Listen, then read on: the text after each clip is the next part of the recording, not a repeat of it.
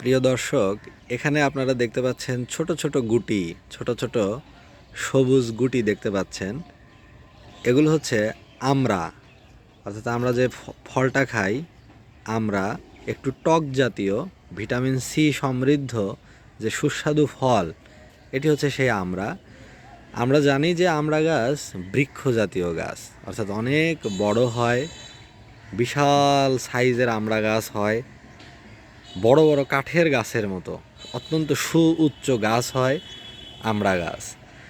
তবে এখন এটা দেখুন যে মাত্র 2 ফুট 2.5 ফুট উঁচু একটা আমড়া গাছ চলে এসেছে এবং আমড়া ধরা অবস্থায় এই চারাটি পাওয়া গেছে। অর্থাৎ কিনে যখন নিয়ে আসা হয়েছে তখনই আমড়া ধরে আছে। এই যেখানে দেখতে পাচ্ছেন, এই যে আমড়া ধরে আছে। অত্যন্ত মিনি সাইজে বা ছোট সাইজে চলে এসেছে এবং দেখেন প্রচুর ফুল ধরে আছে, আমড়ার ফুল, এবং কিছু কিছু গুটি আটকেছে। অর্থাৎ এই গুটিগুলো ধীরে ধীরে বড় হবে, এগুলো আর ঝরবে না, এরকম কিছু গুটি অলরেডি হয়ে গিয়েছে। তবে এখন ছাদ বাগানে যেহেতু লাগানো হয়েছে অল্প মাটিতে বা ছোট ব্যাগে লাগানো হয়েছে, এখানে পর্যাপ্ত পরিমাণ আর কি পুষ্টি উপাদান, ভালো উর্বর মাটি এগুলো সরবরাহ করতে হবে।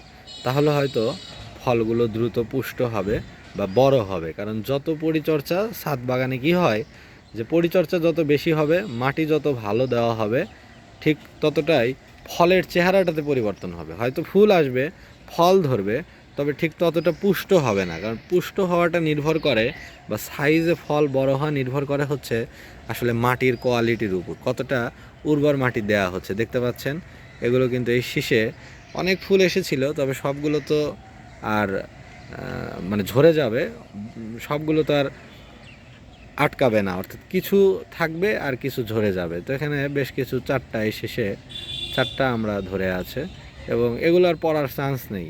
এগুলো এখন ঠিকমতো পরিচর্যা করলে বা নিয়মিত পানি এবং মাটি সরবরাহ করলে এগুলো কিন্তু একসময় বড় হবে।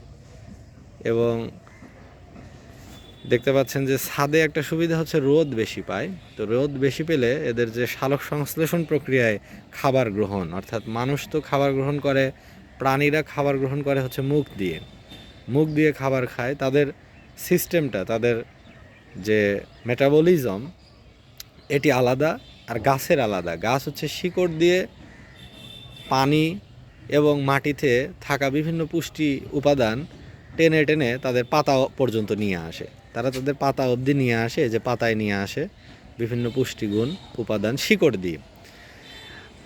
আর সূর্যের আলোটা যখন পড়ে, এই যে যেমন শীতের যে সকালের যে মিষ্টি রোদটা পড়েছে গাছের উপরে, এই রোদ যখন পড়ে তখন এই রোদ পাতায় পড়ে এই পানি, শিকড় থেকে নিয়ে আসা পানি এবং বিভিন্ন পুষ্টি উপাদান এগুলোর সাথে মিলে, এবং তারা এটা মানে ফটোসিনথেসিস বা সালোক সংশ্লেষণ প্রক্রিয়ায় খাবার উৎপাদন করে বা প্রডিউস করে। এবং আমরা যে প্রাণীরা যে কার্বন ডাইঅক্সাইড ত্যাগ করি, সেই কার্বন ডাইঅক্সাইড কিন্তু পাতা গ্রহণ করে। এই পাতার কিন্তু অনেক রন্ধ্র রয়েছে, রন্ধ্র বা ছিদ্র রয়েছে। এই পাতাগুলো যদি অনুবীক্ষণ যন্ত্রে দেখা যায়, তাহলে দেখা যাবে যে পাতা দিয়ে অনেক ছিদ্র রয়েছে, এবং এই ছিদ্র দিয়ে ওরা কার্বন ডাইঅক্সাইড গ্রহণ করে, আর পানি এবং সূর্যের আলো সহযোগে এরা শর্করা জাতীয় খাবার উৎপাদন করে। এটি হচ্ছে এদের খাদ্য উৎপাদনের প্রক্রিয়া।